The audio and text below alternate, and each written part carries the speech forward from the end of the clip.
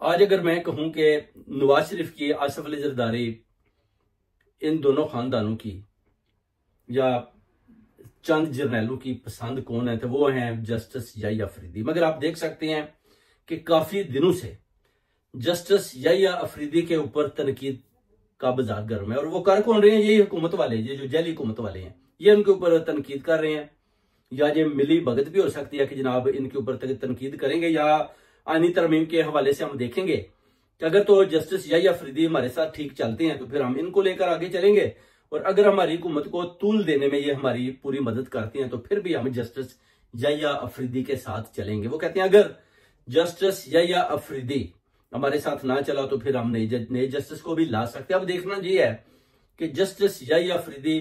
जो अभी उन्होंने इतने कोई बड़े फैसले नहीं किए, छोटे छोटे किए हैं, तो हुकूमत को जो है ना वैसे लगता है जैसे लेने के देने पड़ रहे हैं कि ये जनाब ये क्या कर रहे हैं। अभी बड़ा फैसला तो कोई कुछ आया नहीं। को खान साहब का, इमरान खान साहब का केस को 9 मई के हवाले से, या खान साहब को मिलिट्री कोर्ट में भेजने के हवाले से, इस तरह का अभी काम तो जस्टिस याहिया अफरीदी ने नहीं किया, मगर हुकूमत को लेने के देने पड़े हुए हैं, वो देख रहे हैं। या मिली भगत भी हो सकती है, नूरा कुश्ती भी है कि ठीक है जी हम इस तरह बोलेंगे और आपने गैर आईनी फैसले देते जाने। इस तरह जो दूसरा ग्रुप है, दूसरी पार्टी है अपना पीटीआई, वो देखेंगे कि जनाब जस्टिस याहिया अफरीदी जनाब अच्छे काम कर रहे हैं, हमारे साथ खड़े हैं, और हम बताएंगे कि जनाब ये तो उधर जा रहे हैं, मगर आप जितने भी फैसले हैं वो हमारे हक में देंगे। इस तरह आप तनकीद का भी शिकार नहीं होंगे और लोग समझेंगे कि जनाब आप इंसाफ फराम कर रहे हैं। इस तरह का बात भी हो सकती है, क्योंकि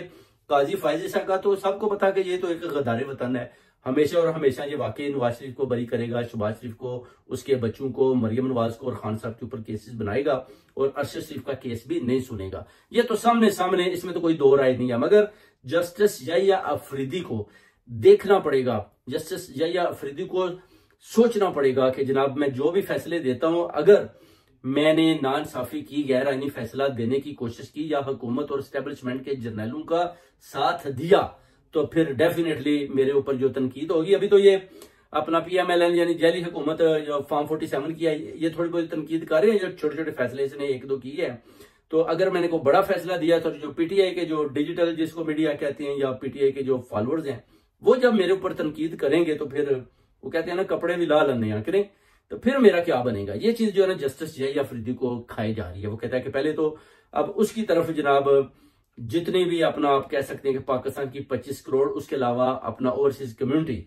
सारी की नजरें हैं कि जनाब आईनी तरमीम के हवाले से जस्टिस याहिया अफरीदी क्या कदम उठाता है। अगर तो वो आईनी तरमीम को कहता है कि ठीक है जी हम एक्सेप्ट करते हैं, तो फिर उसके पास तो कोई पावर नहीं है, सिर्फ और सिर्फ गैर आईनी फैसले देगा। अगर वो चैलेंज कर देता है कि जनाब हम इस तरमीम को नहीं मानते क्योंकि हमारी पावर तो आप लेने की कोशिश कर रहे हैं, तो आपने असम्बली में बैठकर अपना जनाब सिर्फ साइन कर दी, आपने पास कर दी है, और अभी ज़ाहिर हमारे पास आएगी तो हम इसको चैलेंज कर देंगे। जजों का तो पूरा हक बनता है, आईनी हक है कि वो इस तरमीम को चैलेंज करके उसके बाद बोले जी कि हम आपकी तरमीम को नहीं मानते। आइन वही चलेगा वो जो 1973 वाले, आपने जो 9 मिनट में 6 तरमीमें पास की, हम इनको खत्म करती हैं, तो फिर बात चलेगी आगे जस्टिस याहिया अफरीदी लेकर जाएंगे। अगर जस्टिस याहिया अफरीदी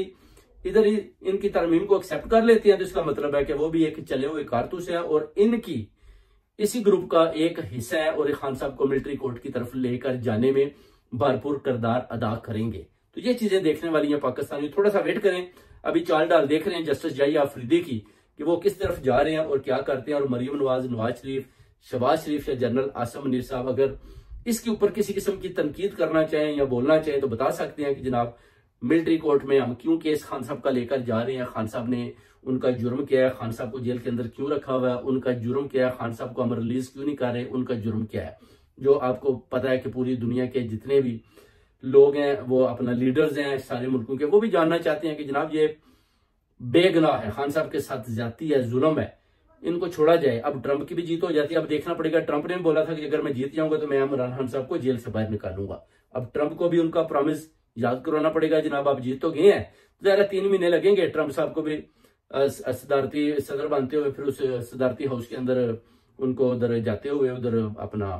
मूविंग करते हुए, तो उसके बाद फिर वो अपने आईनी फैसले करेंगे। उसमें देखा जाएगा कि इमरान खान के बारे में अगर असेंबली के अंदर सवाल होते हैं कि आपने वादा किया था, तो फिर वो अपना वादा कैसे निभाती है और खान साहब के लिए अडियाला के डोर कैसे खुलती हैं। फिर कैसे ये जो नवाज शरीफ के अंदर खौफ है ट्रंप का, शहबाज शरीफ के अंदर जो ट्रंप का खौफ है, मरियम नवाज और चंद जर्नैलों के अंदर जो ट्रंप का खौफ है कि ये ट्रंप जनाब अगर मुदाखलत करेगा तो फिर ज़ाहिर है एक फोन कॉल पर ही ये अपना ये जो डोनाल्ड लू शू ये जो इतने जेल एम्बेसडर बन के बैठे हुए हैं, फिर इनको इधर से भागना पड़ेगा। ज़ाहिर है वो अपनी मर्जी के आदमी लगाएगा, इनकी मर्जी को तो वो रहने नहीं देगा, तो फिर अपनी मर्जी के लगाएगा तो डेफिनेटली फिर पूरा इंशाल्लाह ताला उम्मीद करते हैं कि माहौल में जनाब जो है नरमी आएगी और खान साहब के